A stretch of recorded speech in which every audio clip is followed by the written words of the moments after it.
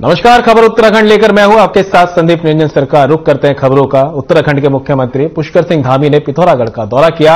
अपने दौरे में सीएम ने विकास भवन में अधिकारियों के साथ बैठक की। इस बैठक में सीएम ने जिले में चल रहे विकास कार्यों की समीक्षा की। सीएम ने अधिकारियों को जिला कारागार पिथौरागढ़ का निर्माण जल्द पूरा करने के यहां पर निर्देश दिए। सीएम ने अधिकारियों को पिथौरागढ़ को एक आदर्श जिले के रूप में विकसित करने के निर्देश भी दिए। इस बैठक में सांसद अजय टम्टा, जिला पंचायत अध्यक्ष दीपिका बोहरा, डीएम रीना रानी जोशी मौजूद रहे।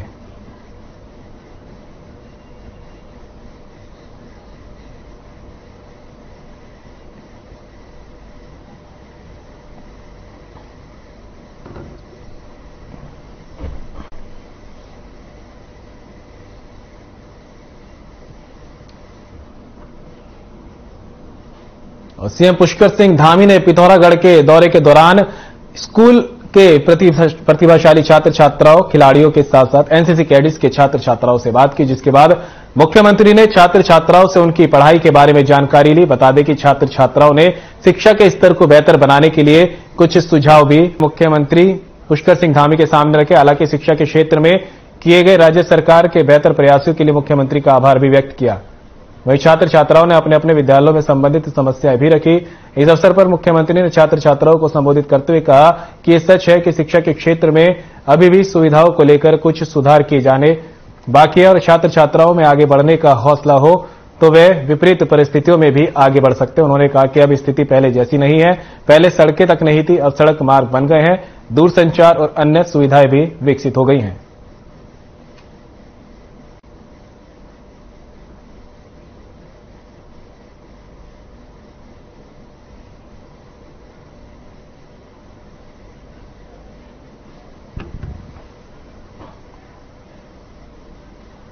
उत्तराखंड के पूर्व मुख्यमंत्री और गढ़वाल से सांसद तीरथ सिंह रावत का भ्रष्टाचार को लेकर बयान सोशल मीडिया पर वायरल हो रहा है। इसमें वह कह रहे हैं कि उत्तर प्रदेश से अलग होने के बाद उत्तराखंड में कमीशनखोरी 0 होनी चाहिए थी, लेकिन ये और ज्यादा हो गई।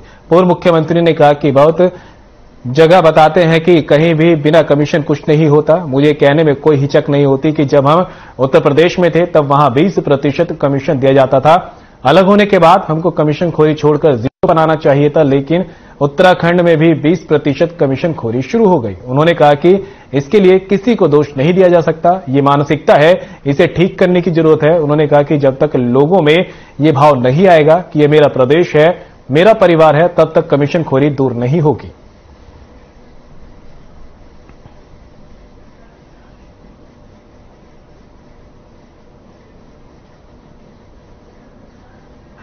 आज बहुत जगह बताते हैं साहब कहीं भी हो तो बिना परसेंटेज के होता नहीं। और मैं कभी एक बार मैंने कहा था, भले आज मुझे कहना नहीं चाहिए, मैं तो मुख्यमंत्री के पद पे रहा हूँ, आज इस पद पे भी हूँ और सरकार भी है, लेकिन मुझे कहने में कोई हिचक नहीं होती। जब उत्तर प्रदेश में थे, हम जब अलग हुए तो हमको वो कमीशनखोरी छोड़कर 0 पे आना चाहिए था।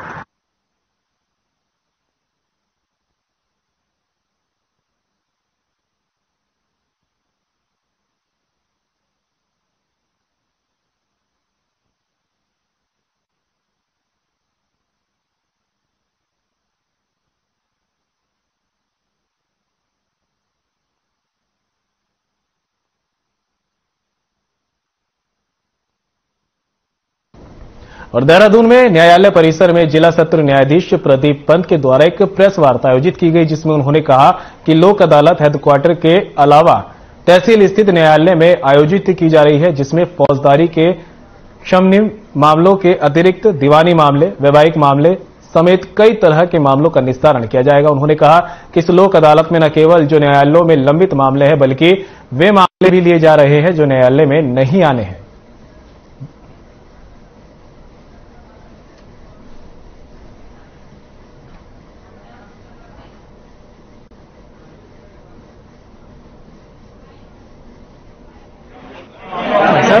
लोक अदालत हेडक्वार्टर के अलावा हमारे जितने भी तहसील स्थित न्यायालय हैं उनमें भी आयोजित की जा रही है। इसमें फौजदारी के शमनीय मामलों के अतिरिक्त दीवानी प्रकृति के मामले, विवाह के पक्षकारों के मध्य वैवाहिक मतभेद से उत्पन्न मामले, छोटे प्रकृति के चेक बाउंस के मामले, मोटर दुर्घटना के मामले और श्रम इस तरीके के मामलों को नियत किया गया है। इस लोक अदालत में न केवल जो न्यायालयों में लंबित मामले हैं वो लिए जा रहे हैं, बल्कि वो मामले भी लिए जा रहे हैं। अल्मोड़ा के सोबन सिंह जीना विश्वविद्यालय के इतिहास विभाग में 2 दिवसीय सेमिनार का शुभारंभ किया गया। इस मौके पर देश के स्वाधीनता संग्राम में योगदान देने वाले लोगों के परिजनों को सम्मानित किया गया। कार्यक्रम की जानकारी देते हुए प्रोफेसर BDS नेगी ने बताया कि शहीदों के परिजनों को सम्मानित कर आने वाली पीढ़ी के लिए इतिहास बनाया जा रहा है। इस सेमिनार में बड़ी संख्या में छात्रों ने शिरकत की।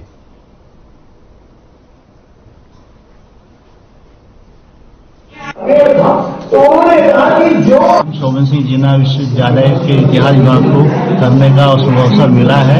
उसी के सिलसिले में ये 2 दिवसीय राष्ट्रीय संगोष्ठी का आयोजन किया गया है और इसका मुख्य विषय है भारत के स्वतंत्रता संग्राम में उत्तराखंड का योगदान। ये विषय इसलिए चुना गया है कि बहुत सारे हमारे गांव में इतने स्वतंत्रता सेनानी हैं जिनके बारे में हम नहीं जानते, हमारे लोग नहीं जानते, इवन शोधार्थी नहीं जानते। संस्कृत विभाग के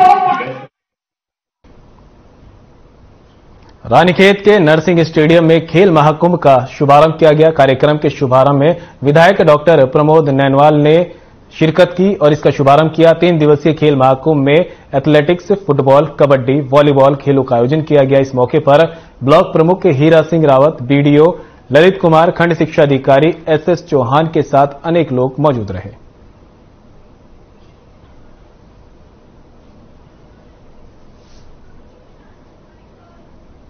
प्रदेश में खेलों को आगे बढ़ाने के लिए, खेल की प्रतिभाओं को आगे बढ़ाने के लिए प्रदेश सरकार द्वारा खेल महाकुंभ का आरंभ किया गया है, शुभारंभ किया गया है। हमारे विकासखंड में भी 11 पंचायतें हैं, उनके तमाम छात्र छात्रा यहाँ पर आए हैं जो प्रतिभाशाली अच्छा खेल दिखाते हैं। बच्चे यहाँ पर आए हैं और हमारे जिले में पहुंचेंगे, जिले से प्रदेश में पहुंचेंगे और मुझे विश्वास है कि बहुत से राष्ट्रीय और अंतर्राष्ट्रीय स्तर पर भी हमारे बच्चे प्रतिभा का।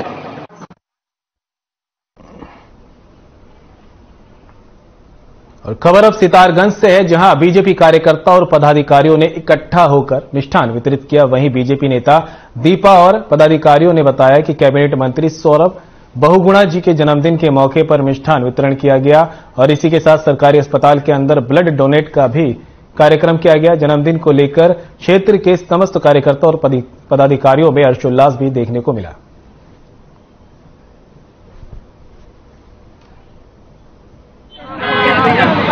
हमारे माननीय कैबिनेट मंत्री जी हैं, वो सितारगंज से विधानसभा के MLA भी हैं और मंत्री भी हैं और उनका आज जन्मदिन है।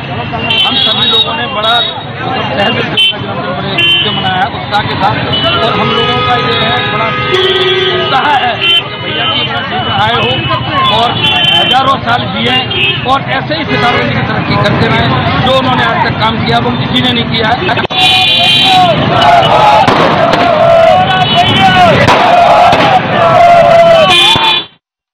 और कोटद्वार क्षेत्र के पूर्वी झंडी चौड़ इलाके के एक राजकीय महाविद्यालय में सफाई कर्मचारी होने के बावजूद छात्रों से ही टॉयलेट की सफाई कराई जाती है, जिससे विद्यालय पढ़ने वाले छात्र छात्राओं की पढ़ाई प्रभावित होती है। इस दौरान छात्रों ने कहा कि टॉयलेट साफ करने के अलावा प्रिंसिपल के कहने पर झाड़ू भी लगाते हैं। जब इस बारे में स्कूल के प्रधानाचार्य से पूछताछ की गई तो उन्होंने कहा कि सफाई कर्मचारियों का स्टाफ कम होने की वजह से आवश्यकता पड़ने पर विद्यालयों के छात्र छात्राओं से ही झाड़ू और टॉयलेट की सफाई करवाई जाती है। साथ ही कहा कि धनराशि की कमी के कारण बच्चों को रोज सब्जी भी नहीं मिल पाती।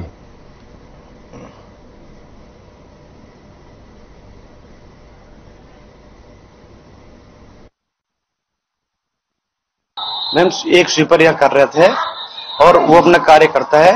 उसके पश्चात आवश्यकता अनुसार कभी जरूरत पड़ती है हम सब अध्यापक लोग भी सहयोग करते हैं। हमारी जो टीचर साथी है, मैडम हैं, वो सब सहयोग करते हैं और बच्चों का भी उसमें सहयोग हम लेते हैं।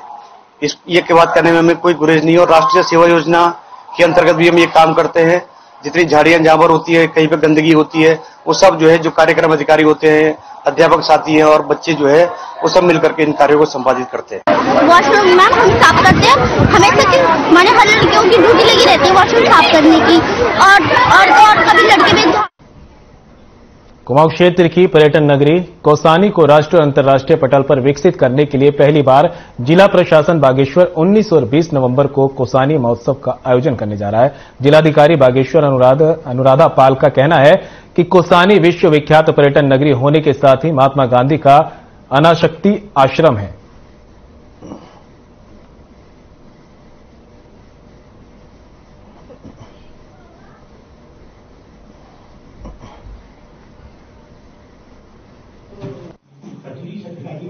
कौसानी महोत्सव कराने का मेन उद्देश्य हमारा ये है क्योंकि कौसानी ऑलरेडी एक हमारा पर्यटन की दृष्टि में एक महत्वपूर्ण क्षेत्र है, तो इसमें पर्यटन को और किस तरह से बढ़ावा मिल सके ताकि कौसानी का नाम देश दुनिया भर में फेमस हो। दूसरा, क्योंकि कौसानी के पास अपना न सिर्फ नैसर्गिक प्राकृतिक सौंदर्य है बल्कि हमारा ये कल्चर और हमारे इतिहास से जुड़ा हुआ है। जैसे हम देखते हैं वहाँ अनाशक्ति आश्रम है जहाँ बापू जी ने अपना कुछ जीवन बिताए थे, हमारे सुमित्रानंदन पंत जी उनके जीवन से जुड़ा हुआ वो क्षेत्र है। और दूसरा, हमारे चाय के बागान वहां पर पाए जाते हैं।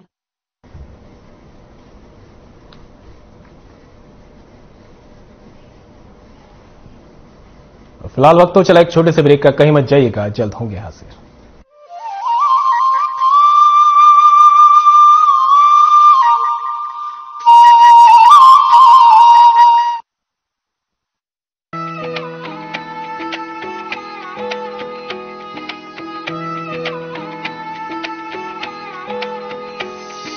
शुभ दिन मंगल फिर ये आया, शुभ दिन मंगल फिर ये आया, उत्सव है चौर। उत्तराखंड मेरा बढ़ रहा तेजी से प्रगति की ओर, उत्तराखंड मेरा बढ़ रहा तेजी से प्रगति की ओर।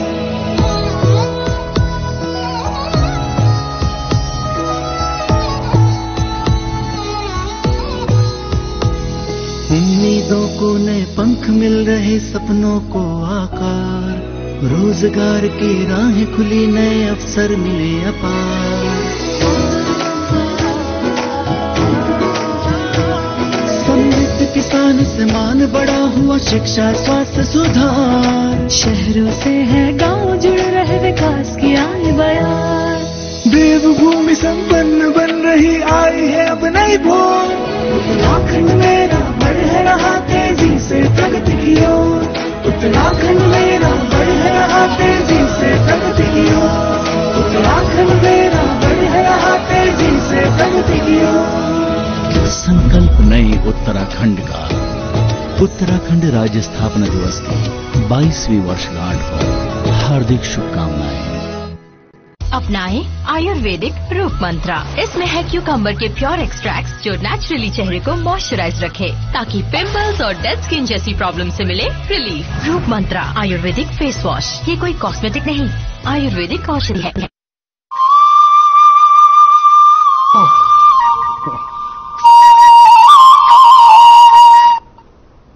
ब्रेक के बाद आप सभी का एक बार फिर से स्वागत है। बढ़ते खबरों में आगे, चमोली में पैन इंडिया कार्यक्रम के तहत जिला विधिक सेवा प्राधिकरण की ओर से जिले भर में जन जागरूकता कार्यक्रम आयोजित किए जा रहे हैं। पैन इंडिया कार्यक्रम के तहत न्यायालय भवन गोपेश्वर में एग्जीबिशन का कार्यक्रम भी आयोजित किया गया, जिसमें जिला कारागार के बंदियों द्वारा बनाई गई सामग्री को भी प्रदर्शित किया जाएगा। एग्जीबिशन की शुरुआत जिला जज की ओर से की गई, जिसमें उन्होंने एग्जीबिशन का निरीक्षण करते हुए बंदियों द्वारा बनाई गई सामग्री की सराहना की।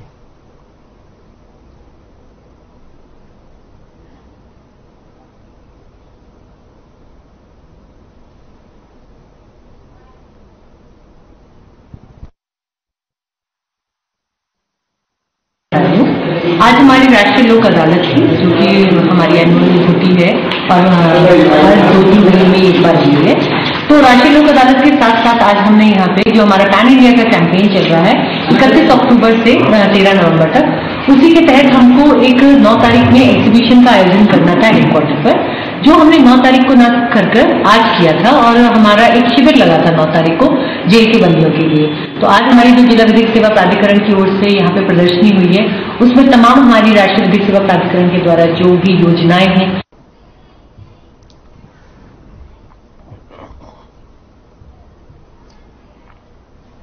और चंपावत में पुलिस महानिरीक्षक के आदेश पर अराजक तत्वों, शराब पीने या पिलाने वालों और नशे को बढ़ावा दे रहे असामाजिक तत्वों के खिलाफ स्पेशल ऑपरेशन चलाकर कड़ी कार्रवाई की जा रही है। इसी क्रम में चंपावत जिले के पुलिस अधीक्षक के निर्देशन में पुलिस प्रशासन ऑपरेशन इवनिंग स्टार के तहत कार्रवाई की गई। अचानक हुई पुलिस की कार्रवाई के चलते होटल स्वामियों और अवैध शराब कारोबार से जुड़े अराजक तत्वों में हड़कंप मच गया। पुलिस क्षेत्राधिकारी ने बताया कि पुलिस संयुक्त टीम के माध्यम से समय समय पर इस तरह की कार्रवाई अमल में लाई जा रही है।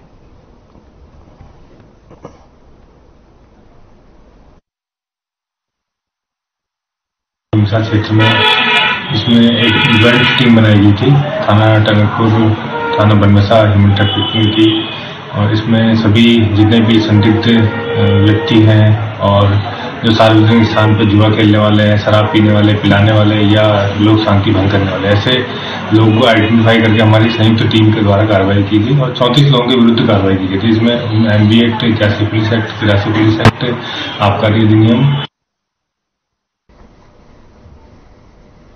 और चंपावत के उप जिला चिकित्सालय में हरेला क्लब टनकपुर की ओर से निःशुल्क नेत्र चिकित्सा शिविर का आयोजन किया गया। आयोजन का शुभारंभ डॉक्टर TD रखोलिया, नेत्र सर्जन और पूर्व CMO रुद्रपुर की तरफ से रिबन काटकर किया गया। आपको बता दें कि शिविर के माध्यम से आंखों की जांच और ऑपरेशन निःशुल्क किए जाएंगे, जिसमें मोतियाबिंद से लेकर आंखों के लेंस के उपचार शामिल हैं। वहीं मौजूद हरेला क्लब के उपाध्यक्ष अजय गुरानी ने बताया कि हरेला क्लब टनकपुर का ये 16वां शिविर है। यह शिविर 13 नवंबर तक लगाया जाएगा, जिसमें आंखों की समस्याओं से संबंधित जांच और ऑपरेशन निःशुल्क किए जाएंगे।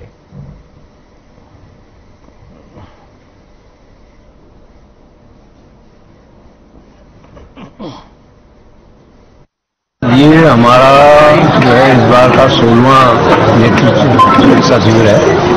इसमें हम लोग जो दुर्बल, निर्धन, असहाय लोग हैं उन लोगों के आंखों के मोतियाबिंद का ऑपरेशन करते हैं और सन 2008 से हमारा ये कार्यक्रम शुरू है।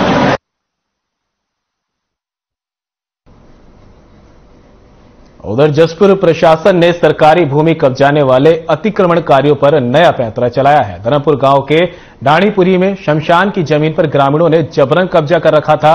प्रशासन ने कई बार जमीन खाली करने के आदेश भी दिए थे, लेकिन अतिक्रमणकारियों ने सरकार की एक नहीं सुनी। इस पर कार्रवाई करते हुए SDM के निर्देशन पर तहसील प्रशासन ने सरकारी जमीन पर बोई गई धान की फसल को कटवाकर सरकारी खजाने में जमा करा दिया। जसपुर SDM सीमा विश्वकर्मा ने बताया कि प्रशासन इस तरह की कार्रवाई आगे भी जारी रखेगा।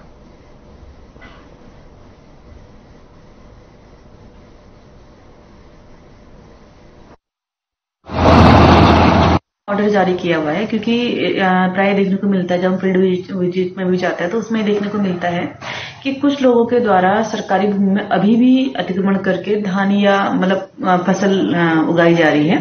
तो मैंने कॉमन सा ऑर्डर किया हुआ है कि सारे के सारे जितने भी लेखपाल हैं वो ऐसे क्षेत्रों से फसल को कटवाते हुए रात को उसमें जमा करेंगे। अभी तक हम लोगों ने 2 जगह से पहले कुछ समय पहले हम लोगों ने गेहूं कटवाए थे, जो पतरामपुर में था, और अभी वर्तमान में ढाडीपुरा में इसकी धान की फसल काटी जा रही है। निसंदेह, क्योंकि लगातार इसमें कार्रवाई जारी रही है।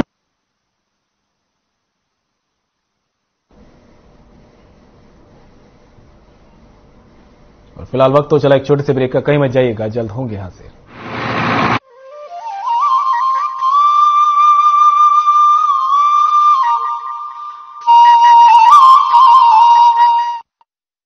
हर कदम नए आयाम गढ़ रहा है। हर रोज उत्तराखंड आगे बढ़ रहा है। इस साल 45 लाख से भी ज्यादा श्रद्धालुओं ने 4 धाम यात्रा का सुख पाया। विकास एवं पुनर्निर्माण के क्षेत्र में केदारनाथ धाम में 750 करोड़ और बद्रीनाथ धाम में 550 करोड़ रुपए के कार्य चल रहे हैं। रेल, रोड, रोपवे और उड़ान की मदद से यात्राएं और जनजीवन हुआ आसान। 35,000 करोड़ रुपए का निवेश बताता है कि उद्योगों की पहली पसंद बन गया है उत्तराखंड। स्टार्टअप श्रेणी में लीडर बन गया है उत्तराखंड। नंदा गौरा योजना में 82,000 बालिकाओं को 332 करोड़ रुपए का भुगतान व 7 लाख से अधिक घरों में पानी के कनेक्शन से जीवन हुआ आसान। सिर्फ यही नहीं, राज्य लोक सेवा आयोग द्वारा 7,000 पदों पर शीघ्र भर्ती, मल्टी मॉडल कनेक्टिविटी के तहत 1267 करोड़ रुपए की लागत के 9.7 किलोमीटर लंबे गौरीकुंड केदारनाथ रोपवे व 1163 करोड़ रुपए की लागत के 12.40 किलोमीटर लंबे गोविंद घाट हेमकुंड साहब रोपवे का हुआ शिलान्यास। नजीबाबाद अफजलगढ़ बाईपास पर चल रहे कार्य से कुमायूं गढ़वाल की दूरी होगी 20 किलोमीटर कम। बिजली से वंचित गांव का 100% विद्युतीकरण इस बात के साक्षी है कि उत्तराखंड का विकास हर दिन दुगनी रफ्तार से हो रहा है और हर वर्ग के इंसान को इसका फायदा पहुंच रहा है। ना रुका है, ना रुकेगा। उत्तराखंड हर रोज आगे बढ़ेगा। संकल्प नए उत्तराखंड का।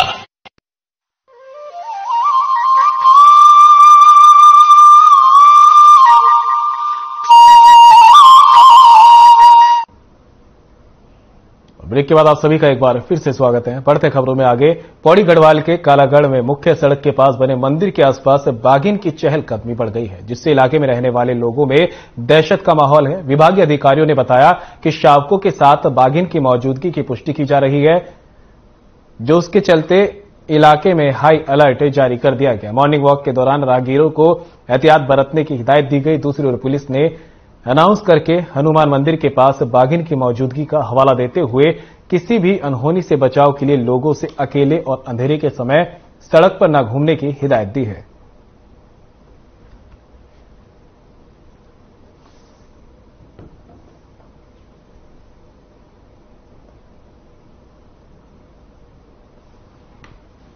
रुड़की के मछली बाजार से लेकर रामपुर चुंगी तक लगने वाले अवैध पीठ बाजार पर अब सवाल उठने लगे हैं। यहाँ ये पीठ बाजार बिना किसी अनुमति के लगाया जाता है, जिसकी वजह से यहाँ पर पूरे दिन जाम की स्थिति बनी रहती है, जिस कारण यहाँ से गुजरने वाले हजारों लोगों को काफी दिक्कतों का सामना करना पड़ता है। एक तरफ नगर निगम अतिक्रमण हटाओ अभियान चला रहा है, तो यहाँ पर लोग अतिक्रमण कर पीठ बाजार लगा रहे हैं। उत्तरांचल वेंडर एसोसिएशन के प्रदेश अध्यक्ष ने आरोप लगाया कि एक व्यक्ति प्रशासन के नाम पर पीठ बाजार में दुकानें लगाने वालों से 50 रुपए की अवैध वसूली भी कर रहा है।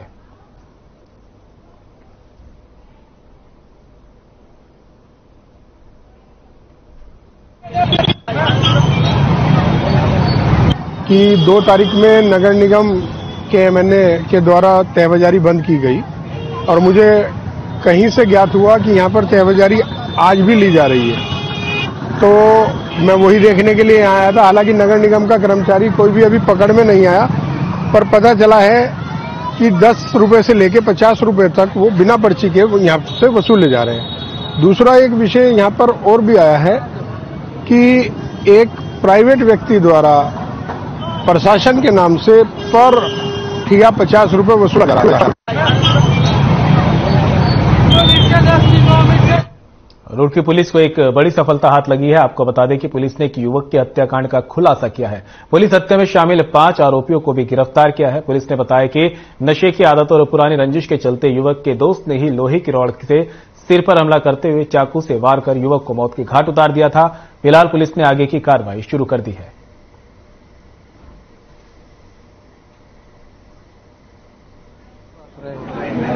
तेरे ताऊ बना तेरे अंकल को एक अज्ञात डेड बॉडी की सूचना मिली थी, जिस पर काफी गंभीर चोटें लगी हुई थी, जिससे मृत्यु हुई थी। उस व्यक्ति की जो है शिनाख्त करते हुए पुलिस ने मेहनत के द्वारा सचिन के रूप में की गई, जो लोकल निवासी है। साथ ही साथ इस संबंध में और जानकारी की गई, जो पता चला कि साधारण व्यक्ति के साथ वो कुछ दिनों से गया हुआ था और पूर्व में इसका विवाद था। इस पर पुलिस टीमों ने अपनी छानबीन की और इसके बाद 3 लोग को इसमें राउंड अप किया, जिनसे पूछताछ किया और पता चला कि सादाब द्वारा इसमें को ले जाकर हत्या की गई थी। जो पुराने कोई विवाद था, उसके कारण जो छोटे मोटे विवाद होते उसके चलो। सितारगंज में क्षेत्रीय पटवारी द्वारा खेत में लगाई गई गन्ने की फसल को खसरा खतौनी में धान की फसल दर्शाने का मामला सामने आया है। वहीं सितारगंज उप जिलाधिकारी तुषार सैनी ने जांच के बाद मामले का खुलासा किया। साथ ही उप जिलाधिकारी ने मौके पर पहुंचकर किसान के खेत का निरीक्षण किया।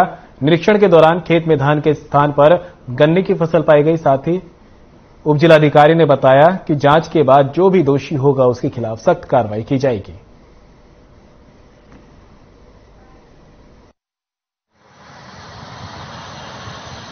कंप्लेन आ रही थी कि कुछ लोगों के द्वारा बाहर का जो धान खरीद के उसको बेचा जा रहा है। खसरे खतौनियों में कुछ जो है वो गड़बड़ करी जा रही है। तो इसी के संबंध में ये जांच की गई थी और एक हमने मौके पर जाके खसरे से मिलान किया गया। तो एक किसान के द्वारा जो लगभग 11 एकड़ की खतौनी धान की यहाँ पे प्रस्तुत की गई है SMI कांटे पे। मौके पे जाके देखा गया कि लगभग 4 एकड़ ही धान लगाया गया था और बाकी में गन्ना लगा हुआ है।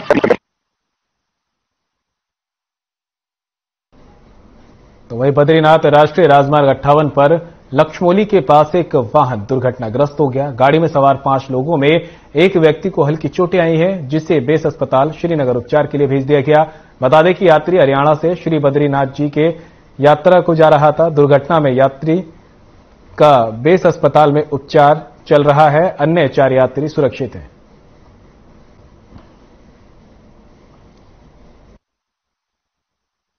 बद्रीनाथ के लिए निकले थे और 4:30 बजे यहाँ पे हमारे साथ एक दुर्घटना हुई। एक पत्थर गाड़ी के नीचे आने के कारण हमारी गाड़ी अनबैलेंस हो गई और पहाड़ी में जाके लगी और गाड़ी पलट गई। इस टाइम हम 5 ठीक ठाक हैं, हमें कोई चोट नहीं है। प्रशासन ने हमारी अच्छी तरह से सहायता की।